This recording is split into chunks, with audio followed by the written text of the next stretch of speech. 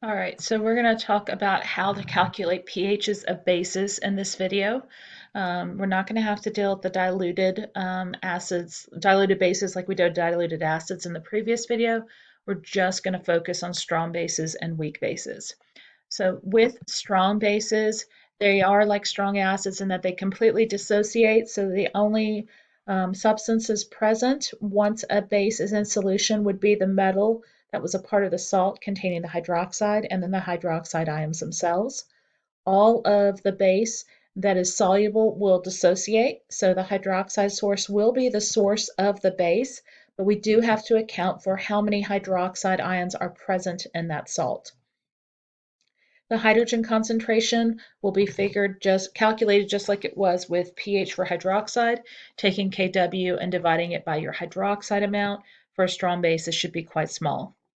Weak bases, however, do not completely dissociate, so their parent base, their weak base, is going to stay intact. That weak base is going to typically come from ammonia or some sort of organic compound containing an NH group, an amine, along with water.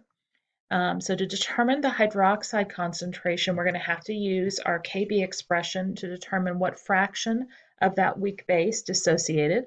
And then once we have that hydroxide concentration, we can use it to calculate the hydronium concentration. And again, the relationship between hydroxide and hydronium is seesaw. One's higher, the other's lower, vice versa.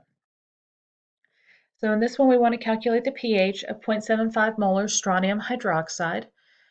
If I recognize this as a strong base, I know it's going to completely separate into its parent ions, strontium ions and hydroxide ions, and that in a balanced equation that would show up as 2 hydroxide ions are formed for every 1 strontium hydroxide molecule that is dissociated. Because of that, the hydroxide concentration is not 0.75, but double that, 1.5 molar. There's 2 OHs for every 1 SrOH2. When I calculate the pOH with that information, I get that the pOH is actually negative 0.18. Remember we said that any sort of hydroxide concentration or hydrogen concentration greater than 1 is going to result in values that fall outside of the 0 to 14 pH scale that we're more comfortable with. So this is not surprising. Now that we have our pOH, we can use it to calculate our pH, and we get that to be 14.18. We're going to work backwards this time. We want to know the concentration of an NaOH solution that has a pH of 10.5. So NaOH will dissociate as a strong base into its parent ions, sodium ions and hydroxide ions, 1-to-1 ratio this time, so that's going to help us some.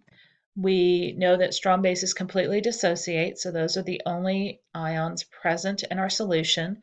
All of the sodium hydroxide has dissociated into hydroxide. So if I know my pH, I can use that to find my pOH, which would give me a value of 3.5.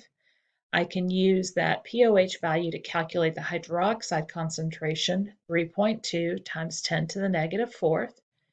And because there is only one hydroxide ion in sodium hydroxide, that is also the concentration of my NaOH solution.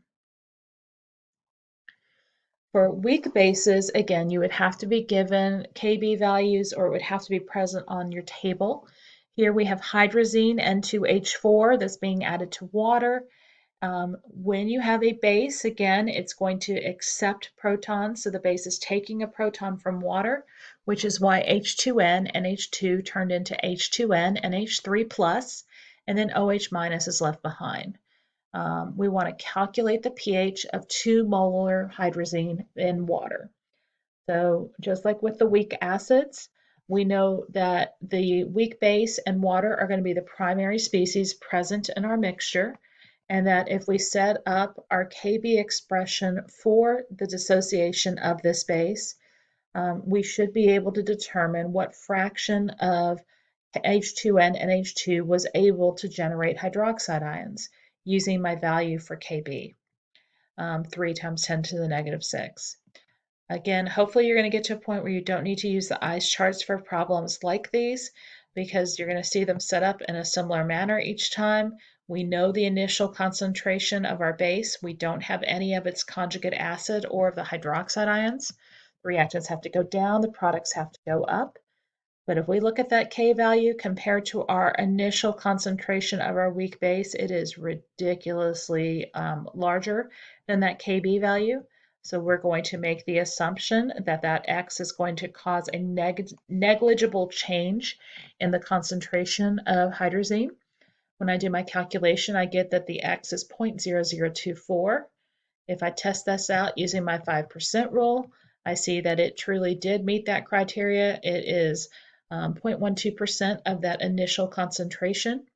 So now that I have what X is, I have what hydroxide is. I can use that hydroxide concentration to calculate my POH, 2.62. But I didn't want to find POH, I wanted to find pH. And we know bases should have pHs above 7, in theory up to 14, as long as they're not super concentrated. So I have to do that 14 minus the POH to get the actual pH of my solution, 11.38.